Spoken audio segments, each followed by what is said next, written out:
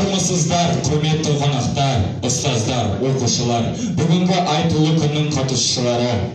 Тәуелсіздік алғаннан бері халқына қызмет еткен бір тұлғаларды ұлықтап, еске алып, олардың мұрасын қайта жаңғырту өз жалғасын алуда. Елімізде осыған орай 24 сәуір ұлт қайраткерлері күні деп аталып өтуде. Бұл күні алаш қайраткері, ғалым, энциклопедист Халел Досмұхамедов дүниеге келген. Бүгін Халел Досмұхамедовтың 140 жылдық мерейтойына орай ұйымдастырылған ұлт қайраткерлер ұрпақ жадында мерекелік шарамызға қош келдіңіздер. Бүгінгі айтулы мерекеміздің қонақтарын таныстырып кетейік. Қарағанды университетінің тарих факультетінің деканы Жұмабеков Жамбыл Әзмұханұлы және Қазақ күнтізбесінің авторы Нұржан Сұршаұлы. 20 ғасырдың басында ұлттық бірлікті нығайту идеясын алған, тартқан рухани зерделі жақсылар қазақтың ұлттық идеясын жасау міндетін өз мойнына алса, бүгінгі ұлт қайраткерлерін ұлықтау, олардың еңбектерін насихаттау біздің парызымыз. Әр дәуірге лайықты кемеңгер адамдар өмір сүреді. Ал қазақ халқының тарихында болмысы бөлек. Мінезінің байлығымен, терең білім, ақыл парасатымен дараланған ұлы адамдар өмір сүрді. Бір басында сан салалы өнер тоғысқан, тілегей теңіз энциклопедиялық білім иелері, алып ақындар, әдебиет зерттеуші ғалымдар, түркітанушылар, қоғам қайраткері тәуелсіздік жолында ұлтқа қызмет еткен ұлы тұлғаларымыз бүгінгі күні ұрпақ жадында. Олай болса, тарих беттеріне үңіле кетсек.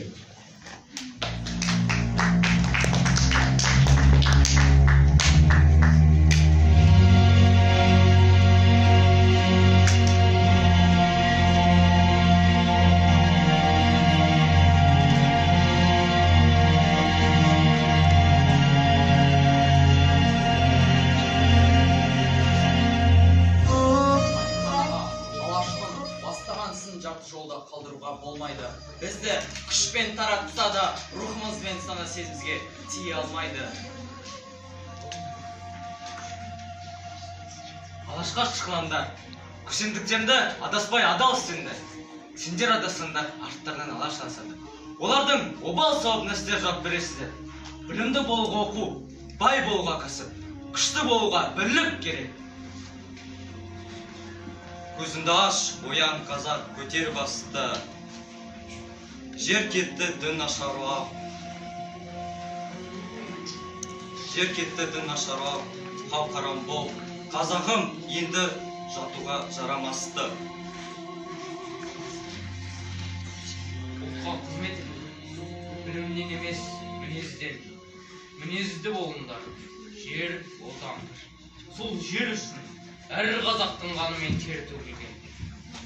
Сол себепті қазақ ұлтына қызмет етуге ант етемін.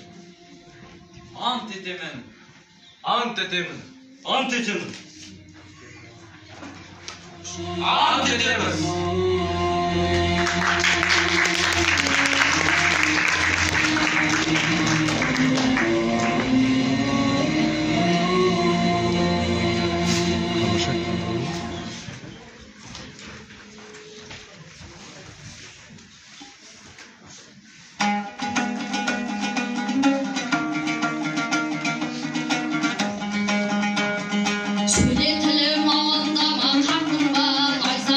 Шындық айтып жақылға, қалай ғана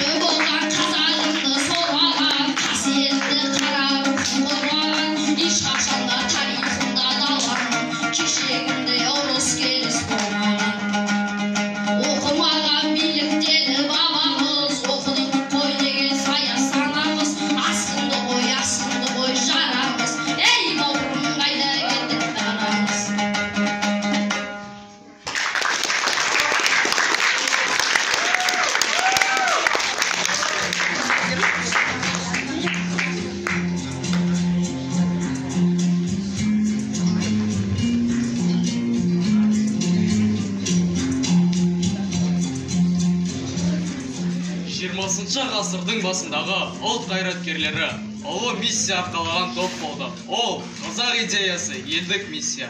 Сол жолда олар аямай еңбектенді, бастарын бәйгеге тікті. Қайтсек те қазақты ел етеміз, дамыған елдерге теңестіреміз деген ниет болды. Олардың сөздері, ойлары, істері бірлікте болды. Бір сөзбен айтқанда, алаш ұранын көтеріп, тарих сахнасынан шыққан бұл үркердей топ ұлт аманатын арқалаған азаматтар еді. Ұлт қайраткерлері Әлихан Бөкейханов, Мұстафа Шоқаев, Ахмет Байтұрсынұлы, Халел Досмұхамедұлы, Жақып Дулатұлы, Халел Хаббасұлы және Мұхамеджан Тынышбайұлы. Алаш зиялыларының алдыңғы толқыны болып есептелетін осынау тұлғалардың әрбірі мемлекет басқаруға қабілетті болды. Қазақ тарихында алаш арыстарының орны ерекше. Қозғалыс көшбасшысы Ахмет Байтұрсынов басқалардан кем болмас үшін біз білімді, бай һәм күшті болуымыз керек. Білімді болуға оқу керек, бай болуға кәсіп керек, күшті болуға бірлік керек. Осы керектердің жолында жұмыс істеу керек деген еді. Әлихан Бөкейхановтың жобасы бойынша қазақтың жерінде өндірілген бір үшін сол мемлекеттің азаматтарының үстіне тоқыма болып тоқылып киілу керек. Яғни мемлекет толықтай экономикалық тәуелсіздікке қол жеткізілуі тиіс болған. Алаш алыптарының бірі Жақып Дулатов оян қазақ деп жарыспаса, алаштың тағы да бір қайраткері Халел Дінмұхамедов өз тілін өзі білмеген ел бола алмайды. Тілінен айрылған жұрт, жойылған жұрт депті. Уақытынан оза туған алаш қайраткерлерінің идеялық мұрасын терең зерттеп, қазіргі күннің қажетіне жаратып, олардың істерін жалғастыру біздің қолымызда. Біз, жастар, жас ұрпақ, Халел Досмұхамедұлының өмірі мен шығармасын терең тануға міндеттіміз.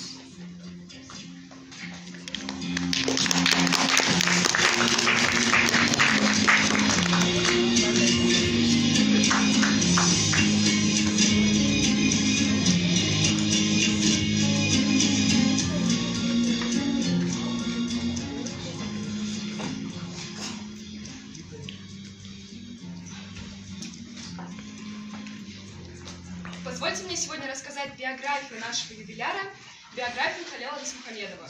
Халел Досмухамедов родился 24 апреля в 1883 году. Прожил он достаточно мало по нашим меркам, всего 56 лет. Однако он запомнился в памяти народа как казахский государственный общественный деятель, врач, ученый, педагог и член Народного совета Алаш-Орды. Родился Халел в местности Тайсойган, Кызылкакинского района, нынешней Атырауской области. Родился Халел в достаточно простой семье, однако вся его семья была образованной, и он тоже получил очень хорошее образование. В 1903 году, когда Халел оканчивает училище в Уральске, он поступает в Санкт-Петербургскую императорскую военно-медицинскую академию, где он проводит 6 лет своей жизни. И именно эти 6 лет являются особым периодом его жизни, потому что именно в этот период формируется его мировоззрение, он находит себя в науке, и он понимает, как ему расти именно духовно. Также у Халела была очень хорошая семья, у него была жена Сагира, у них было достаточно много детей. Старшую дочь звали Рабига, и младший сын был Толе. Все его дети, они получили тоже хорошее образование и пошли по стопам своих предков. Они тоже выучились на врача.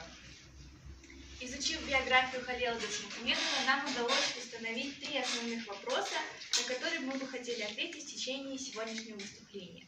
Первое – это почему мы считаем важным рассказать об этой личности. Какой вклад Халел Досмухамедов внес в историю и почему важно помнить этого человека.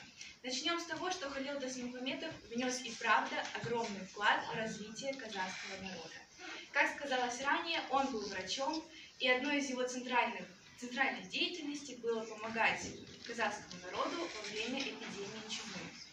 Благодаря Халелу Досмухамедову в казахских школах увеличился учебный материал, учебные пособия и начала развиваться научная терминология. На этом слайде представлены многочисленные заслуги Халела Досмухамедова, но я сейчас расскажу вам только ключевые, о которых правда стоит знать.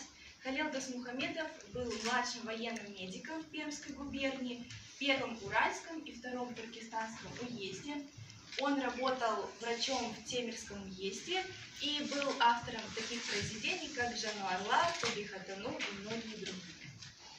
Халила Досмухамедова можно назвать патриотом своей страны, потому что он активно участвовал в образовании алашской милиции в 1917 году, тесно был связан с газетой «Казак» и являлся членом партии Алаш-Орда. Халил Досмухамедов был одним из основателей и изучений закона сингармонизма. Основной задачей Халила Досмухамедова было повысить уровень образования среди населения. Так, с 1922 года он работал в наркомате здравоохранения Туркестанского края и возглавлял центральную роль в собрании против эпидемии чумы.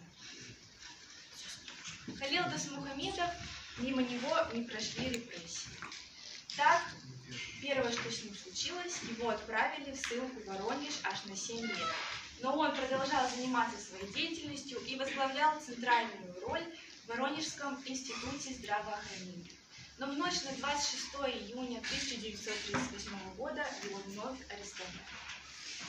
Такие высказывания, как «язык – душа народа», «знание достигается с помощью языка», «потерявший язык народ потеряет и себя» и другие высказывания, которые вы можете видеть на презентации, они принадлежат именно Халилу Досмухамедову. Эти высказывания подтверждают, что Халил продвигал идею сохранения родного языка. Также этот человек стремился развить у казахского населения образование. И именно Халил Досмухамедов являлся автором того, что до сих пор остаются актуальны те вопросы, что научная терминология отсутствует на казахском языке. В 1939 году по приговору военного трибунала сына казахского народа расстреляли. И только в 1958 году Верховному суду КАС СССР удалось полностью реабилитировать имя Халила Досмухамедова. И в 1993 году, 30 июля, министрами Республики Казахстан вышло постановление об увековечении памяти Халила Досмухамедова. Тогда были выдвинуты мемориальные